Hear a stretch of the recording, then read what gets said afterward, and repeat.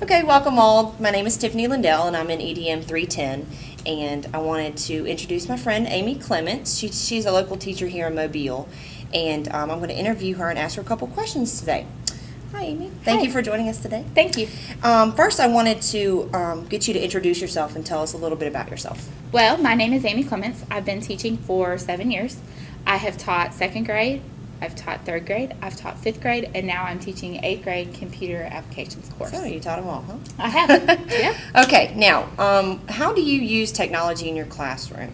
Well, because of the classroom I'm in, I use technology every day. But really, what I teach, I incorporate technology within the other core subjects the kids teach. So if they're studying ancient Egypt, we're having projects on ancient Egypt in my room that work the Microsoft Office programs. Or if they're studying some of the chemistry stuff, we do different projects with that in Excel or in the database program. So I try to incorporate what I do in my class with what they're doing in their regular classes so they see how it all ties together. Okay, what kind of programs on the computer that you actually use for that? I use all different kinds of things. My class is set around Word, PowerPoint, Excel, Access, and Publisher are the 5 that we do, just the Microsoft Office programs. I also do, we've been doing a lot with Moodle, which is an online classroom. We've also done some stuff with EduBlogs, answering questions and whatnot with that. We did, before Christmas, we did some stuff with Wikispaces, so I try to pull in as much as I can from the different areas. Great. Do the kids enjoy it? Oh, they really do, and they really get a lot from it. Wonderful. What kind of technology do you enjoy the most with teaching, and which one do you think that the students get the most benefit out of? Well, I really like using a lot of online and even some distant learning stuff. I'm really getting into this with the Moodle classroom, which is an online classroom environment. The students really get to work at their own pace. They get to communicate with each other as well as others, and we can also pull in experts and people from the community who do these kind of things on a daily basis and that they can learn from. And I really think that really is inspiring to them. It helps them figure out what they want to be when they grow up and that kind of thing. So it's very important that they see all that. So right now, that's my favorite. It's a good interaction, too. Very good. Also, I know that 8th grade uses Google Docs. Is that correct? Right? How do you guys use Google Docs? Well, the 8th grade teachers use Google Docs. We use it for discipline. So there are 3 8th grade teams, and each team has their own Google Docs.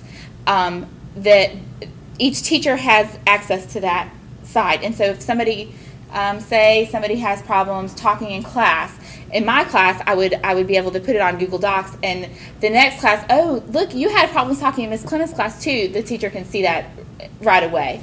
And it's helpful with tracking discipline. It's also helpful. We do one for assignments. So if a student's missing an assignment in my class, there's a place for me to put it in, and then all the teachers can see, wow, you have 5 assignments outstanding in your different classes, and that kind of helps keep us up with that. Yep. Great.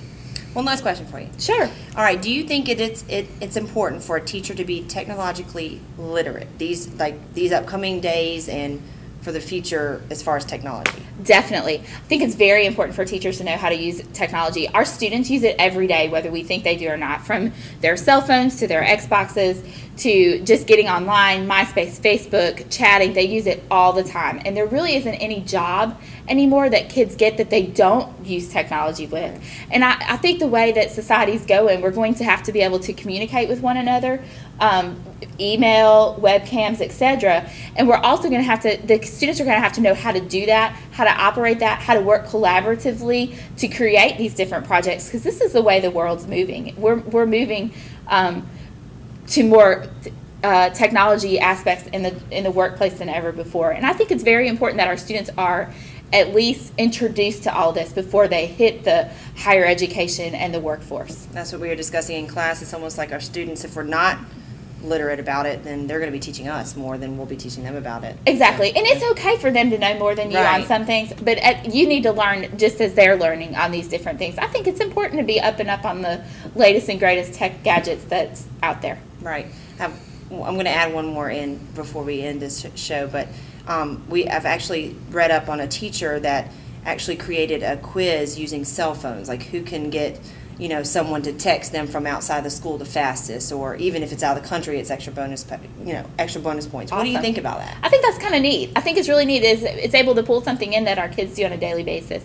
Now, there are problems with cell phones in schools I and know, other that's things. where we It's come back and into, forth. right. But I think it's something different, and that's what's engaging to our kids. That's what they remember, and that's what we want. We want to have the kids participate in real life experiences, solving real world problems. So when they do get out there, they know how to do that, and they can do those higher order thinking skills. And I think that's one way to bring it into the classroom. Yeah. Well, great. Thank you for coming today, and I Thanks. appreciate your time. Awesome. Thank you. Bye.